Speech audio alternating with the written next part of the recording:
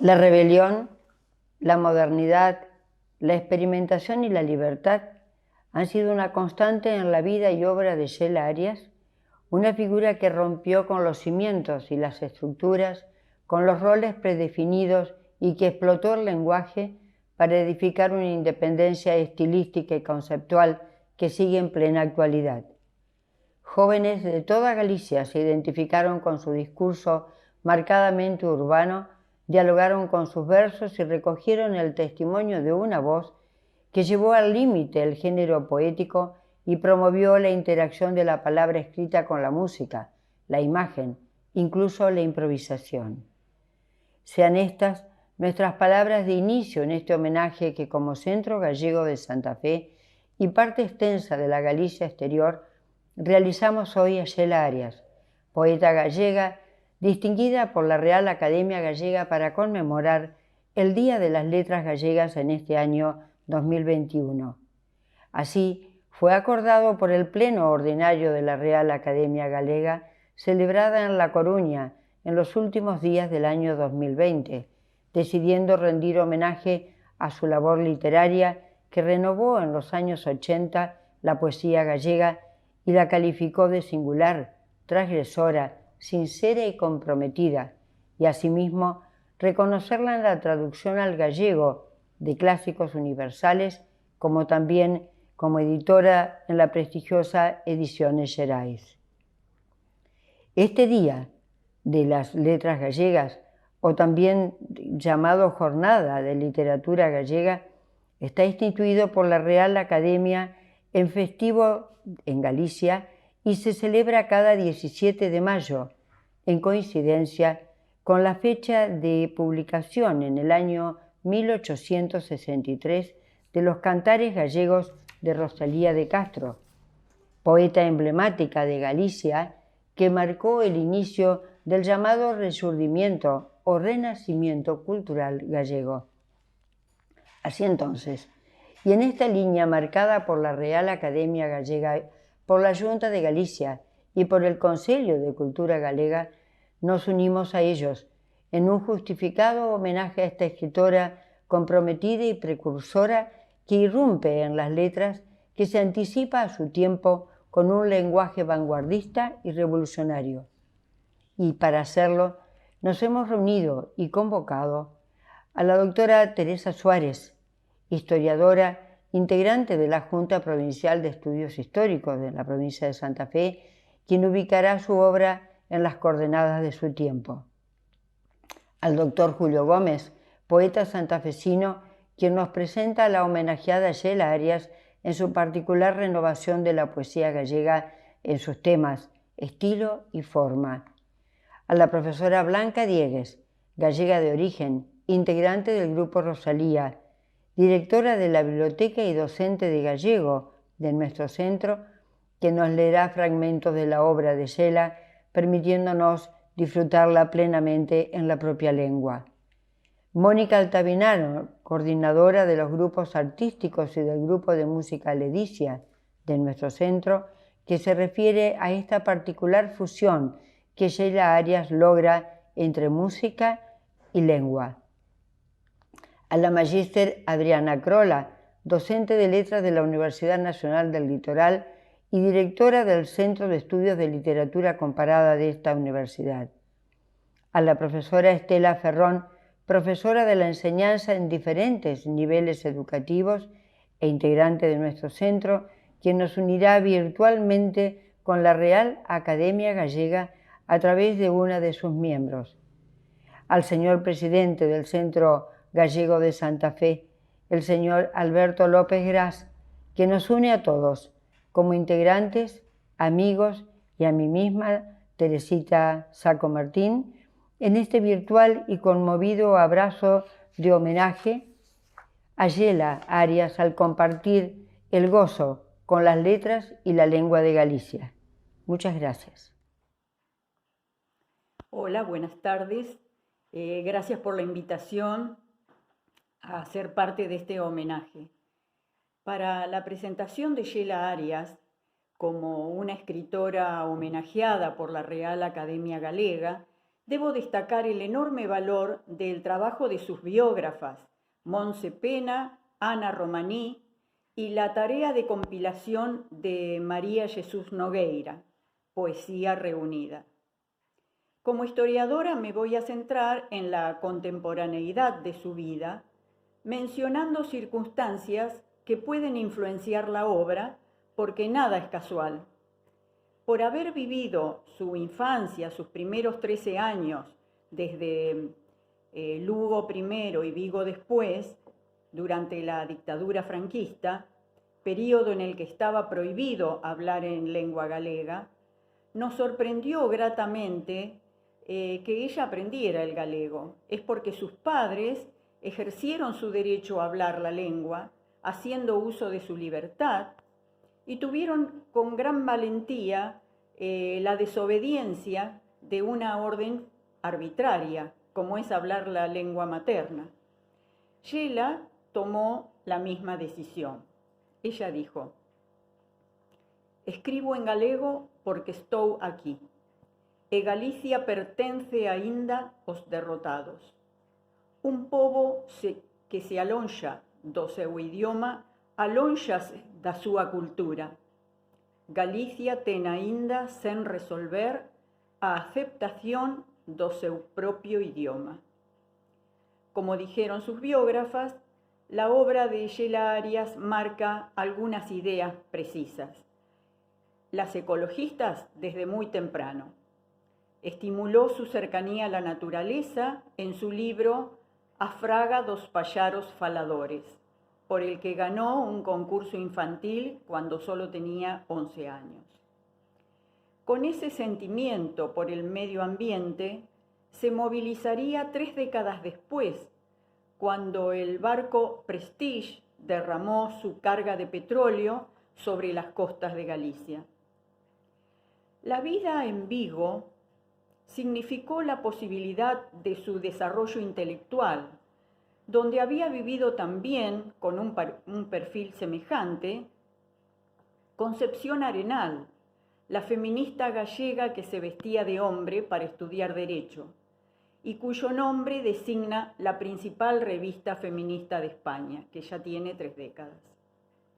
Vigo ofreció un contexto para su trabajo como escritora, correctora y redactora periodística, y en esa tarea logró independencia. En lugar de continuar sus estudios, prefirió autonomizarse profesionalmente. En sus propias palabras, cría que todo o que necesitaba podía aprendelo pola miña conta. Elixín as rúas antes cas aulas. Sin embargo, ella más tarde retomó su carrera de filología hispánica. Como ecologista, rechazó el consumismo, que desde 1968 el Club de Roma, en 1971 el Foro de Estocolmo y posteriormente las cumbres internacionales del ambiente habían comenzado a difundir los alertas por el cambio climático y con ello su demanda: basta de fabricar productos inútiles que demandan combustibles fósiles. Xela dijo entonces: prefiro fregar a casa que non sair de compras. Las ideas generadas desde el Mayo francés y difundidas en España durante la juventud de Xela, revolución sexual, control de la natalidad y movilización de las mujeres al espacio público, tienen lugar en su libro Darío a Diario, en el que evidencia su maternidad por elección, por deseo y no por mandato. El escritor Manuel Rivas, en el reportaje que le hizo, manifestó que Xela había incorporado el cuerpo como parte del lenguaje. Ella expresó: escribir o que nos enseñaron a ocultar. Encontró 2 maneras de representar el cuerpo: la escritura y la fotografía. Por cada poema, una foto, tomadas por Julio Gil, el padre de su hijo Darío. Muchas de las fotos fueron desnudos, por lo que la sociedad pacata de ese momento rechazó su libro Tigres como caballos. Pero hoy se revirtió esa crítica. La censura que hubo durante el franquismo empobreció a Galicia y a toda España, por lo que otro eje de su escritura está en el internacionalismo. La mediocridad en la que había caído el país durante 40 años de dictadura movilizaron a Ayala hacia una apertura de fronteras. De ahí su trabajo, posibilitado por el conocimiento de varias lenguas, de traducción al galego, de autores extranjeros de diferente procedencia, entre ellos la escritura latinoamericana de autores como la anglo-caribeña Jean Rhys, En el mar de los sargazos, y O gato gallado e Andoriña señá, del brasilero Jorge Amado, que era la historia de amor de un gato y una golondrina. Por tal actividad de traducción integró la Sociedad de Traductores Galega y el comité de redacción de la revista Viceversa. Por esas tareas fue muy reconocida y premiada, como por su contribución a la lengua portuguesa. Su último libro, en 2003, Intemperiome, reúne los aspectos de la madurez de su escritura, sin duda posibilitada por una trayectoria de crítica de la realidad a la que acompañaba con su presencia en movilizaciones sociales, demandando paz mundial y justicia. La elección de Xela Arias para este día de homenaje nos llena de alegría y orgullo a galegas y galegos. Muchas gracias. Buenas tardes a todos. Hacer referencia a la obra poética de Xela Arias exige considerar inicialmente que ella publica entre el año 1986 y el año 2003, que es el de su fallecimiento, 4 libros, a los que volveremos en sus títulos, sus temas, sus símbolos y su estilo literario. Pero recordar también que es la precursora de una generación que abandona una poesía social, reivindicativa y atiende más al individuo, aunque sin olvido del contexto, como nos ha explicado recientemente Teresa Suárez. Por lo demás, es precursora del boom femenino que hacia el año 90 va a constituir la que se ha denominado la poesía de la mujer. Por lo demás, una de las labores de ella es poner la poesía de Galicia al tanto de las corrientes universales. Se ha dicho que integra un grupo que podría señalarse como el del hermetismo rupturista, hermético por la complejidad de su abordamiento y rupturista por ser disruptiva, tanto temática como estilísticamente. Es una autora marginal que está en las fronteras porque vive y escribe a la intemperie, como lo va a señalar el título de un libro suyo, el último, publicado precisamente un par de meses antes de su fallecimiento, que, como recordamos, fue en el año 2003, a los escasos 41 años de vida. En cuanto a los títulos, diríamos que en 1986, como señalábamos, publica Denuncia do Equilibrio. Es un título significativo, emblemático, porque el equilibrio es el de la sociedad con sus convenciones que la poeta viene a impugnar porque le resulta oprimente. De ahí el empleo de la voz denuncia. En 1990 publica Tigres como caballos, libro del que se ha señalado su mestizaje entre la palabra y la imagen. De ahí lo contemporáneo. Hace pocos días oíamos a Alejandro Roemer, presidente de la Fundación Argentina para la Poesía, decir que vivimos la sociedad de la imagen. ¿Y por qué señalamos esto? Porque Xela Arias escribe 24 poemas y Julio Gil, compañero de vida y padre de su hijo Darío, fotografía 24 veces cuerpos, desnudos muchos, incluso el de la propia Xela Arias. Por eso se ha hablado de un erotismo sensorial visto desde una mujer en este libro. Luego Darío a diario, de 1996. Es interesante el significado de las dos voces concurrentes aquí. Por un lado, Darío, el nombre de su hijo, pero por otro lado, a diario, es decir, el hijo en la cotidianeidad. Esto hace un acercamiento a la simple vida de todos los días. Y en la portada tenemos también una fotografía en la que la madre enseña al hijo a caminar, lo sostiene y lo lanza. Una vez más, el diálogo palabra-imagen. Y en el 2003, el libro Intemperium, ese neologismo que en realidad es un título más que significativo porque exhibe ese deseo de vivir a la intemperie, hacia la desnudez total. Uno de los críticos, escrito en castellano, de la obra de Cela Arias, ha hablado de el verso desnudo, es decir, un verso al aire, esa fobia a lo cerrado, a lo clausurado. Son grandes temas de la poesía de Cela Arias, el amor como sentimiento contradictorio, porque es fuente de placer y de sometimiento al mismo tiempo. Por el amor, por la pasión sexual, obviamente, se renuncia al control de sus propios actos, aunque no renuncia también a considerar los aspectos positivos, aunque con cierta ironía.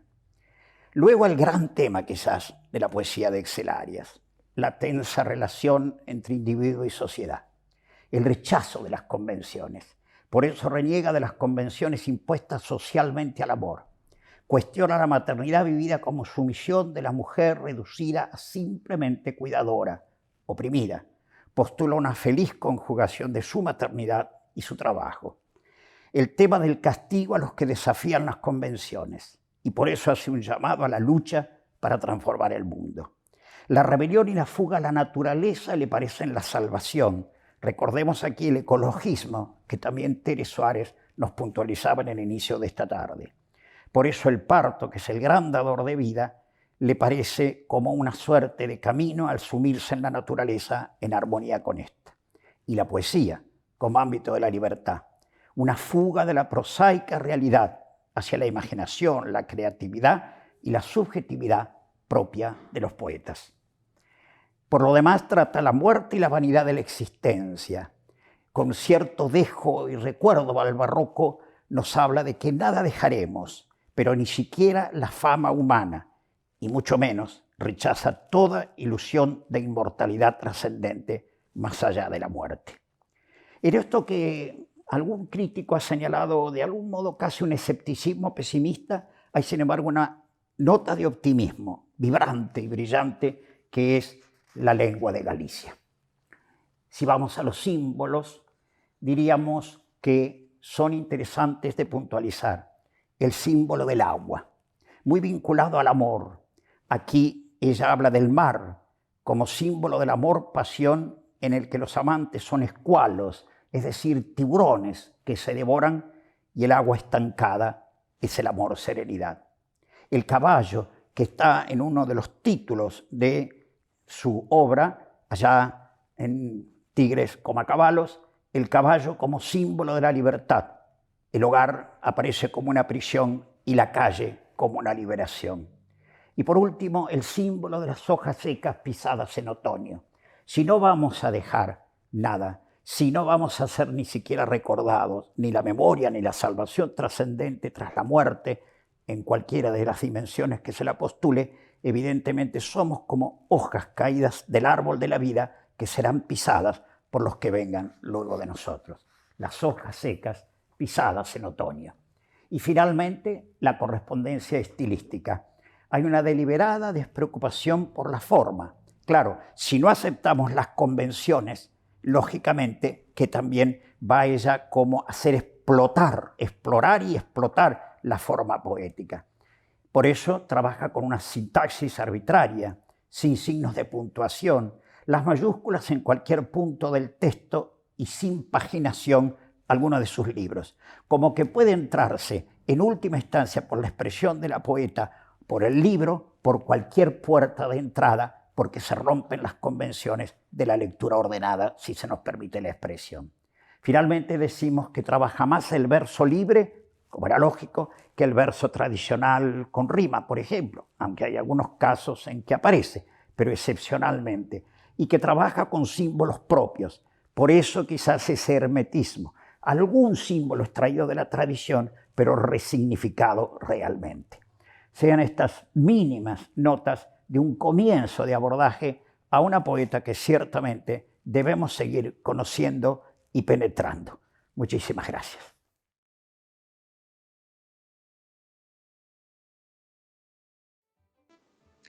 Se me declaro contradictoria e filla das miñas contradicións, a poesía convértese nunha táboa de salvación no naufraxio das razóns estritas. Escribo en galego porque estou aquí e Galicia pertence aínda aos derrotados. Un pobo que se alonxa do seu idioma, alónxase da súa cultura. Galicia ten aínda sen resolver a aceptación do seu propio idioma. Falamos antigas linguas como carnes afiadas, e as estrelas pousadas cravaron nos muros. Propagandas novas serían ideas apagadas. As peles son verbos e os verbos velos. Déixome regresar como a gata a túa boca e aposéntome nela. Non querería caer de ti. Como a hoxe, no meu corpo xúntanse as túas mans facendo historia. As miñas inclinan nas túas costas os abrazos desde a infancia. Agora nós, corpo que añoraba cando morríamos de cada vez. De certo, a vida aí en serio. Por iso morrer non conta números. Eras moza, cómplice dunha derrota que non sumabas. Feliz por terte insomne, por inmortal. Xa temos cadáveres amigos e coñecidos. Sabemos da morte o legado inútil. Imos, meu ben, camiñar sereno polas cidades sen ramplas nas aceras. Imos comenzar o xeito da túa vida. E mírame, mesmo as bolsas dos meus ollos serán monecos dos teus días xunto a min.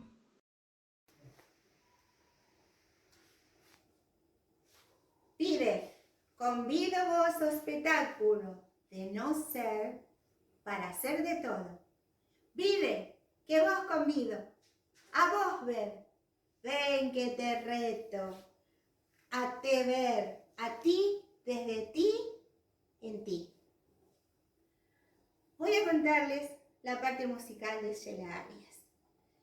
Es muy poco lo que se puede decir porque su enorme obra literaria fue más valiosa en sí mismo. En realidad, la música fue a ella. Al decir de la Real Academia Galega, era singular, transgresora, comprometida.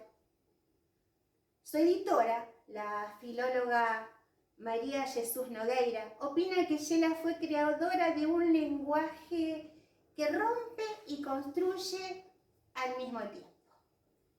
Cuestionadora del orden de las cosas, exploradora de la dimensión social del texto.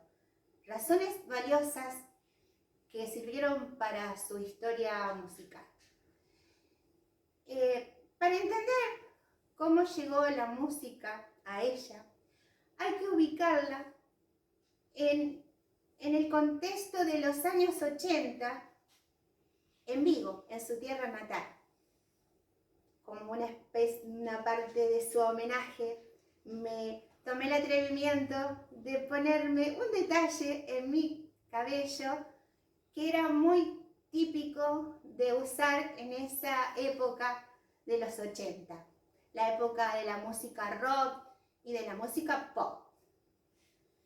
Como decía, en los años 80, en Vigo, su tierra natal, que tenía en ese momento un ambiente de ebullición musical y cultural muy grande, a pesar de que esta enorme ciudad industrial estaba devastada por la droga y el SIDA, y si le sumamos también que había una altísima cifra de desempleo y huelgas continuas, que después con el tiempo lo llevó a una durísima, difícil reconversión para hacer lo que es Vigo a la actualidad. Todo este contexto contribuyó como caldo de cultivo donde se macera la mayor parte de la obra de Yela. Ella era una asidua concurrente a los conciertos de música de los grupos vigueses que cultivaban, como dije, el rock y el pop. Y era normal que subiese a los escenarios para recitar sus poemas, acompañada de la banda de turno, que hacía música improvisada para el momento que ella recitaba sus versos. Ahí, en la beta musical de la movida viguesa, el grupo de rock Desertores le piden componer letras para sus canciones. Ahí tenemos claro que en realidad Yela no hizo música real de partitura, sino que hizo poemas como era su estilo, y en este caso el grupo de rock Desertores fue el que puso la música. Bueno, la banda esta incluye de 12 poemas que escribe para ellos Yela, incluye en sus álbumes 10. Que después vendieron 25.000 copias en toda España. Extrañamente, las letras eran en castellano. Según los integrantes de este grupo de rock, cuentan que dice, se lo pedimos y no tuvo inconveniente, éramos muy amigos, así de fácil. En esa época, toda esta movida a los jóvenes de Galicia, en medio de la vorágine cultural, se identificaron mucho con los discursos de la autora, marcadamente urbanos. Dialogaron con sus versos y fue una interacción de la palabra y de la palabra escrita con la música, y la imagen y la improvisación. En este caso la improvisación era musical. Yela fue una precursora en la fusión de poesía no solo musicalizada, sino de otras disciplinas creativas como la fotografía y las artes plásticas. Siempre arriesgada y sin límite, sus poemas hablaban a través de la fotografía y la intervención tanto de pintores como muralistas. En la actualidad, algunos músicos e instrumentistas tomaron la posta de acompañar sus obras con música a manera de homenaje. Es así que el grupo La Loba, formada por mujeres, graba el tema Intemperiome, nombre de uno de sus libros, donde hicieron un mix de varios poemas que están dentro de ese libro y armaron la letra de una canción que llevó el nombre de Intemperiome del libro que dije que dio origen a esta canción. Intemperiome, les aclaro que no tiene, es un neologismo, una palabra inventada, muy de Yela, que era de jugar con las palabras. No tiene una traducción específica dentro del idioma gallego. En realidad es una manera de decir que todo tiene que ir a la intemperie, todo lo que uno lleva dentro hay que sacarlo afuera. Esa es la interpretación que en lo personal yo le estoy dando. Bueno, letra que dije al principio, repito, en mi opinión, casi toda la obra de esta maravillosa escritora se puede cantar. No importa con qué música o instrumentos. Estos son un mero marco para afirmar la libertad de la palabra en sus trabajos. Nos queda, en resumen, su inconformismo y su resistencia a lo preestablecido. Termino diciendo una poesía que dedicó a su hijo, mejor dicho, de un libro que ella hizo de poemas para él, que el libro se llama Darío a Diario.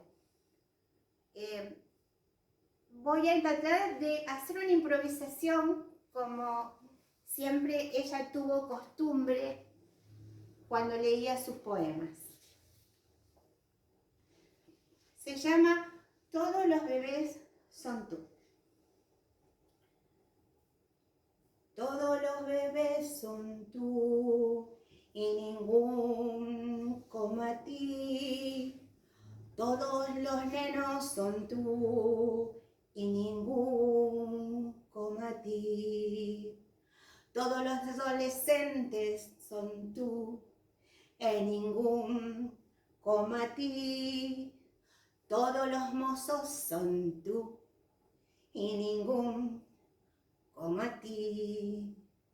Todos los ancianos son tú y ningún como a ti. Todas las nai son neu y todas como mí. Saben que es único.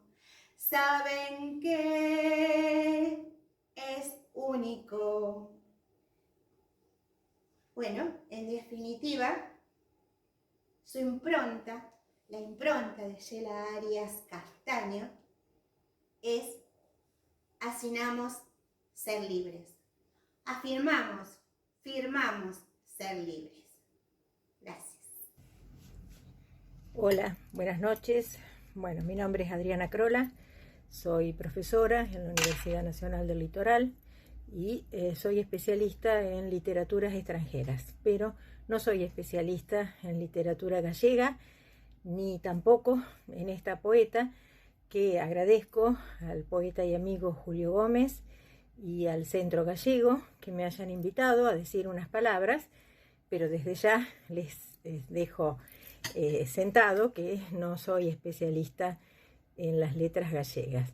Y bueno, lo que sí soy especialista hace muchos años, ya que me empecé a preocupar sobre la posición de las mujeres en las letras a lo largo de la historia y en función también de la vida, ¿no es cierto?, que las mujeres han llevado.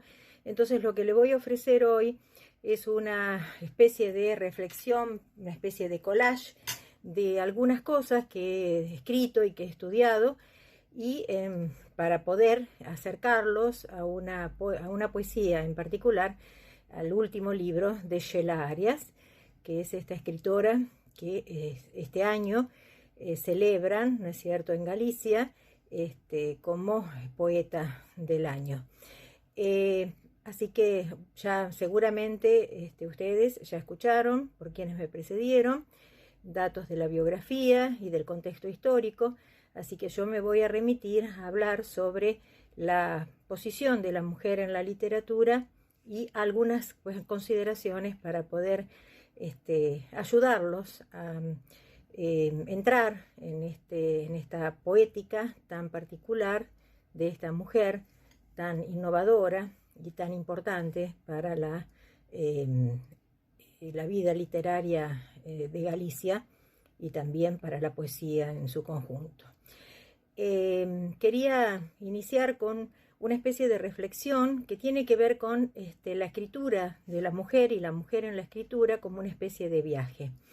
Un viaje de iniciación, podríamos decir, que parte de una ciudad prohibida, una ciudad que a lo largo de los años y de los siglos fue considerada como una especie de tabú que culpabilizaba a las mujeres que osaban pasar el umbral entre el imaginario vivido y lo que se metabolizaba a través del acontecimiento excepcional de la escritura. Eso obligó a las mujeres a lo largo de los siglos a silenciar, a autosilenciarse y a censurar sus expresiones más profundas, sus sentimientos, sus emociones, sobre todo las emociones relativas a la corporeidad, sus deseos, sus proyecciones oníricas. Mientras que las fantasías sexuales masculinas fueron desde siempre aceptadas, legitimadas, y la elaboración de un imaginario femenino desde la mirada del hombre, las miradas femeninas se presentan aún hoy como escandalosas, como difíciles de aceptar porque representaron desde siempre una amenaza al poder patriarcal. O sea que para buscar esa ciudad negada, la mujer a lo largo de los siglos apeló a un don que que la define, pero que pretendieron negárselo, que es la palabra. La palabra que ustedes habrán escuchado alguna vez, como a las mujeres en el medioevo, en otras épocas, se la asociaba con las gallinas, con ese cacareo o parloteo, como que la palabra de la mujer era insustancial. Pero justamente porque la palabra de la mujer siempre fue irreverente, misteriosa, iconoclasta y al mismo tiempo dogmática, al mismo tiempo docente, porque era la mujer la que transmitía la palabra del hombre hacia los niños, hacia las nuevas generaciones. Entonces, podemos hablar de que la posición de la mujer es un pozo ancestral, secreto, que fue emergiendo a través de la conquista de la palabra y que fue consolidando una mirada, un mirarnos, también en los ojos de la locura, porque también a la mujer se la asoció con todo aquello que salía de los cánones y por eso la palabra desquicio, desquiciada, salirse de quicio. El quicio era ese hierro, ¿no es cierto?, que servía de sostén de las puertas, de esas puertas tan pesadas de madera, ¿no es cierto? Ese hierro que sostiene las puertas es el quicio. Por lo tanto, salirse de quicio era salirse de eje, era salirse de todo aquello que estaba determinado que era la posición que debía ocupar la mujer. Entonces, en algún momento me interesó hacer un análisis a partir de estudios de feministas y estudiosas de género, como por ejemplo Ellen Showalter, que habla de estadios. Y me interesó hablar o ver cómo estos estadios se relacionaban con la mujer en la literatura. Y por ejemplo, podríamos reconocer un primer estadio donde la mujer escritora se remite a la tradición, pero reproduce el rol que la misma doxa patriarcal le ha atribuido. Entonces yo lo enuncio con el ver, mirar, mirando el otro. La mujer empieza a ver y empieza a ver el mirar, pero todavía mirando el otro o copiando todavía moldes tradicionales, moldes masculinos. Pero ya en el siglo XIX, aunque no voy a entrar ahora, pero hay algunos ejemplos tempranos, ¿no es cierto?, la mujer escritora se va a proponer adoptar otras formas de escrituras y aparecen entonces personajes femeninos más activos, aparecen nombres más relevantes, las hermanas Brontë, Grazia Deledda, Jane Austen y otras, Sibilla Leramo en Italia, que van a tener una actitud contestataria, o sea, es el momento de la emergencia de la mirada feminista. Es la mujer que empieza a rebelarse, que empieza a poner un tono más polémico y la escritura empieza también a subrayar el anticonformismo de la mujer. Aquí aparece entonces el grito de protesta, la confrontación con el statu quo y, como yo lo denomino, también las mujeres que se travisten de varones para poder hacerse oír y hacer que su escritura se lea en la sociedad. Y yo lo denomino el mirarse, mirar, mirando. La mujer se empieza a mirar a sí misma y a analizarse en esa acción del mirar, mirando. O sea, no solamente el mirarse, sino el mirarse como una mirada que se ejerce hacia la afuera. Y el tercer estadio sería el estadio el estadio mujer o estadio femme, que es propio de nuestro siglo o de la segunda mitad del siglo XX, que es la mujer que va a elegir un análisis introspectivo, un nuevo concepto del yo, y que del grito va a pasar al susurro, al autoanálisis, a la metacognición, y eso se va a reflejar en la escritura. También es el momento en que la mujer empieza a convocar a las otras en una especie de confraternidad, para verse, mirar, mirándose. Acá piensen entonces esto que es tan interesante, que es la mujer que se ve y se ve como mira, pero que al mismo tiempo ejerce una acción sobre la escritura para autoanalizarse y mirar mirándose.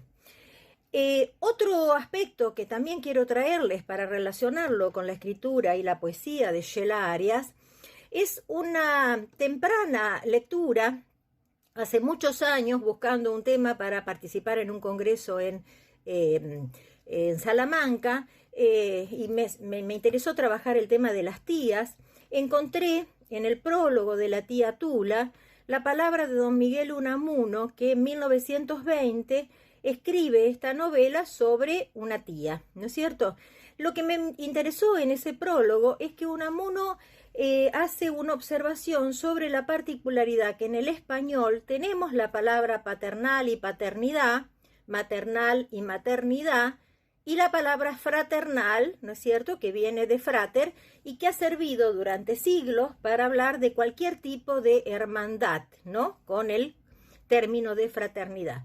Pero se pregunta Unamuno, ¿por qué no existe un equivalente de la palabra latina soror, sororius, aum, que significa hermana carnal, que va a dar, por supuesto, el término hermana en latín, y el verbo sororiare, que significa crecer por igual y conjuntamente de las mujeres? Esto que se preguntaba Unamuno en 1920 recién va a aparecer como uso cuando las feministas y las estudiosas de género van a empezar a imponer el término sororidad, para hablar entonces especialmente de esta solidaridad entre mujeres, especialmente ante situaciones de discriminación sexual o actitudes de comportamientos machistas.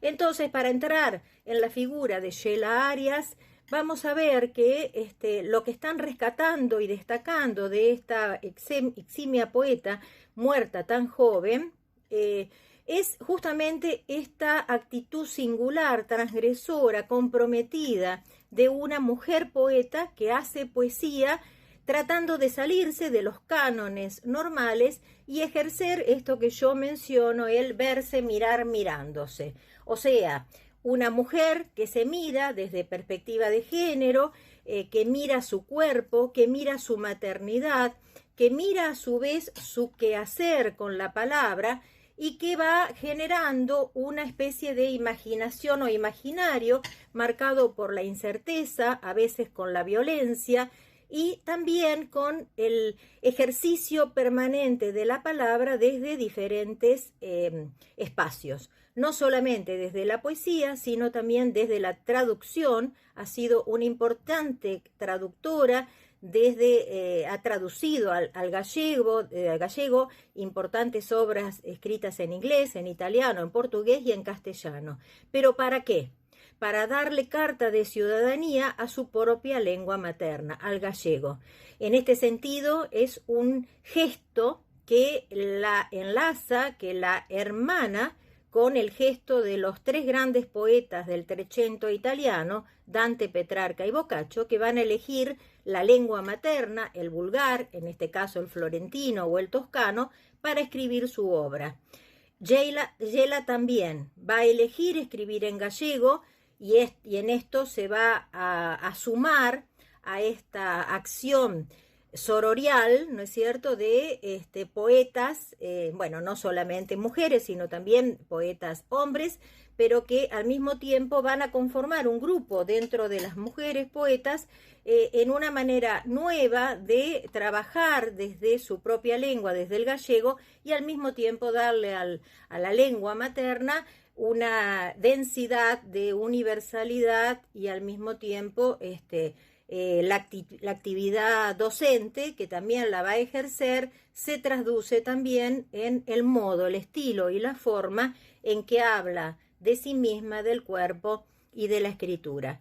Entonces ahora yo les voy a proponer la lectura de la traducción que hice, pero que al mismo tiempo, y permítanme que busque el texto, al mismo tiempo, como yo no soy especialista en gallego, como ya les dije, me atreví a traducir un poema que en realidad es un collage de poemas que tomé de la versión de una banda de cantantes que se llama la banda de Dalova, que son jóvenes cantantes que ahora, después que yo termine, les ofrezco que escuchen la versión cantada de estas jóvenes artistas gallegas, que hacen una especie de collage con versos del último libro de Sheila Aria, que se llama Intemperiome.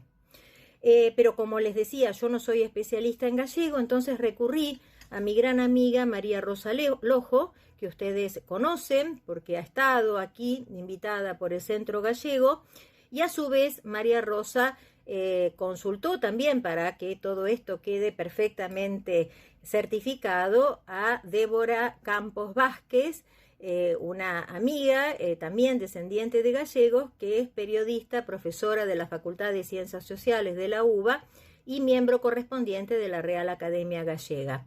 María Rosa también, además de todo lo que ustedes ya conocen, de ser escritora, investigadora, doctora en letras, investigadora principal del CONICET y de haber trabajado tantos años en la Universidad de El Salvador, también es miembro de honor de la Real Academia Gallega e integra el Consejo de Administración de la Fundación Sur, creada por Victoria Ocampo. Bueno, a ellas recurrí para que me controlaran la traducción de esta canción, que en realidad, como les dije, es un collage de una cantidad de poemas de este último verso de Sheila Aria. El texto es Intemperiome y la traducción podría ser de intemperiome, que es un neologismo, es una palabra inventada por Sheila Aria, me pongo a la intemperie, o sea, me desnudo, me expongo ante ustedes y ante mí misma para verme. Y entonces dice la canción, venid, os invito al espectáculo de no ser para ser del todo. Venid que os invito a veros. Ven que te reto a que te veas desde ti en ti. Debes oírme, debes oírme. Ahora busco que conjugues bien el verbo de los posibles y que olvides esa radio de cosas previas, amarrada siempre a los pensamientos, siempre a los pensamientos. Incéndiate al calor de la observación y repaso entonces la mirada en el pozo de los afectos. Debes oírme, déjate percibirte, que te percibas, también tú atropellada por las palabras, en búsqueda de trazos que nos describan. Introspectiva, ser para sí introspectiva, y doma la furia, y doma la furia, y doma la furia en busca de la fruta madura. Vencerse, verse, es cosa de tratar. Venid que os invito. Bueno, este es el texto que ustedes van a escuchar ahora en la versión cantada de la banda Dalova, y que es entonces uno de los mensajes finales de esta gran poeta gallega que está invitando, en un sentido de sororidad a las otras mujeres, y ustedes van a ver qué hermosa la recreación que hacen estas cantantes para que vengan, para que a su vez se vean y al mismo tiempo sean, ¿no es cierto?, una nueva postura, asuman una nueva postura muy soror, muy grupal, muy de con sororidad, no voy a decir con fraternidad, porque podemos ahora permitirnos pensar en la consororidad. Bueno, muchísimas gracias.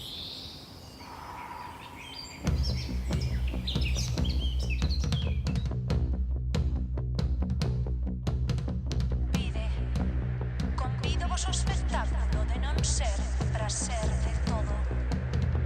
Pide que vos convido a vos ver. Ven que te reto a te ver a ti, desde ti, en ti.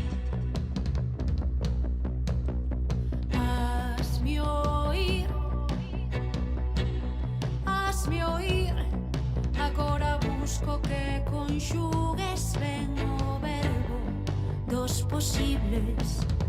Que te esquezas esa radio de cousas previas, amarradas sempre aos pensamentos.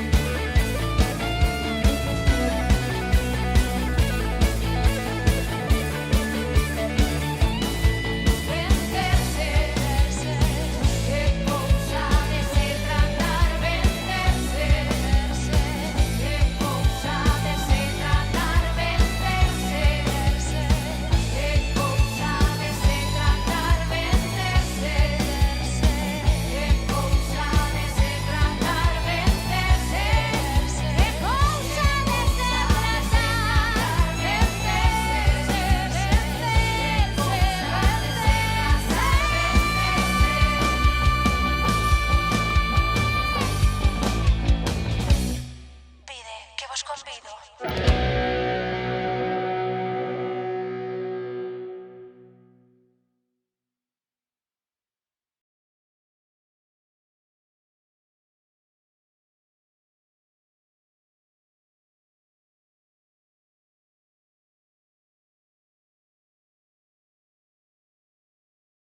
Voy a presentarles a una querida amiga que conocí a través de María Rosa Lojo. Fina Casal de Rey es una maravillosa escritora galega, nacida en Xeve, Pontevedra, en 1951 y reconocida en toda España. Su gran pasión por más de 40 años fue la enseñanza de la lengua, que le permitió explorar el mundo y despertar en otros el interés por él, por su tierra, por su lengua. Ha sido premiada varias veces por sus obras literarias, que fueron traducidas a todas las lenguas españolas. Publicó numerosos libros, obteniendo importantes premios, entre ellos el Premio Nacional de Literatura en 1996, sobre el que ha dicho: «Necesito de la ingenuidad de la infancia para mantener la esperanza de cambiar el mundo». Desde noviembre de 2013 es miembro de la Real Academia Galega. Le costó aceptar la propuesta a pesar de considerarla un sueño, porque creía que había muchas galegas y galegos que la merecían por lo que hicieron por la preservación de la lengua. Finalmente aceptó con el firme propósito de seguir aprendiendo y tratando de dar todo de sí para ser útil a esa misión. Desde 2016 está abocada al proyecto de la Academia titulado Primavera de la Lengua, cuya finalidad principal es contagiar el entusiasmo por la lengua galega, rescatar palabras, transmitirlas a las nuevas generaciones y tratar de que no se enseñe como una lengua más en unas horas, sino que atraviese toda la propuesta curricular. Para ello se realizan intercambios y puesta en común de experiencias de enseñanza-aprendizaje entre jóvenes, docentes, miembros de la Academia. Se le facilita año a año la información y propuestas de trabajo sobre el escritor homenajeado. Fina es también etnógrafa vocacional, gastrónoma, conferenciante y periodista. En esta ocasión nos va a contar sobre Xela Arias y a recitar algunos de sus poemas. Moi bo día a todos os homes e mulleres que hoxe no Centro Galego de Santa Fe celebrades este Día das Letras Galegas dedicado a Xela Arias. Xela Arias tiña por patria a infancia, como a Rilke e como a todos nós. Tiña por patria Galicia como a Rosalía. Tiña por patria todo o que tocaba. E en canto descubriu esa maravilla de ser nai. Tivo por patria a Darío, o seu fillo. En aquel poemario Darío a diario mostra esa maravilla, ese descubrimento e mostra tamén ese amor xeneroso que non pretende atar con versos como estes. Todos os bebés son tú e ningún como a ti. Todos os nenos son tú e ningún como a ti. Todos os adolescentes son tú e ningún como a ti. Todos os mozos son tú e ningún como a ti. Todos os anciáns son tú e ningún como a ti. Todas as nais son eu e todas, como a min, saben que és único. E di máis adiante: nada que ver coa posesión, non te posúo, nin quero. Cóidote, ámote e manteño a esperanza de aprenderche a te posuires.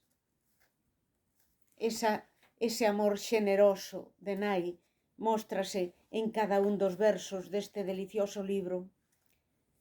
Sobre a poesía, ten dito Xela: só é poesía aquela que non busca vitorias, só é poesía aquela que non afoga nas derrotas.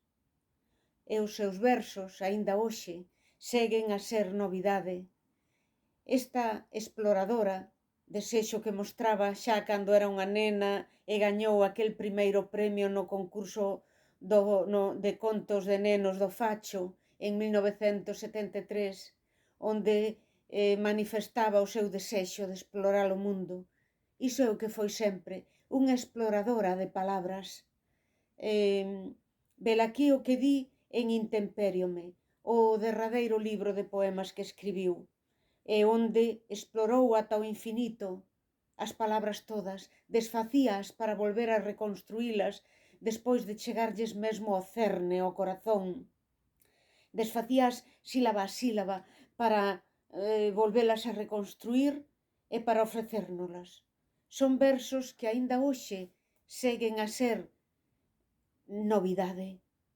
Di: mais regrésote á cor das cousas e fundo un historial de termos conquistados con paixón de pintora de imaxes líquidas, miñas, de primeira man as palabras que uso, por dotarte de contido.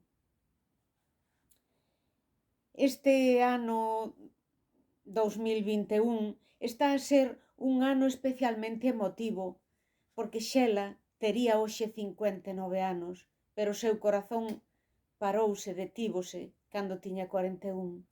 É dicir, viven aínda moitos amigos e amigas da súa xeración que a coñeceron a fondo, existen aínda frescos, aínda quentes textos que ata agora estaban inéditos e descubrimos, como por exemplo Non te amola, que é un relato que ven sendo unha sorte de biografía das emocións deliciosa, na que se mete na pel dunha nena de 9 anos para relatarnos vivencias que lembraba da súa infancia.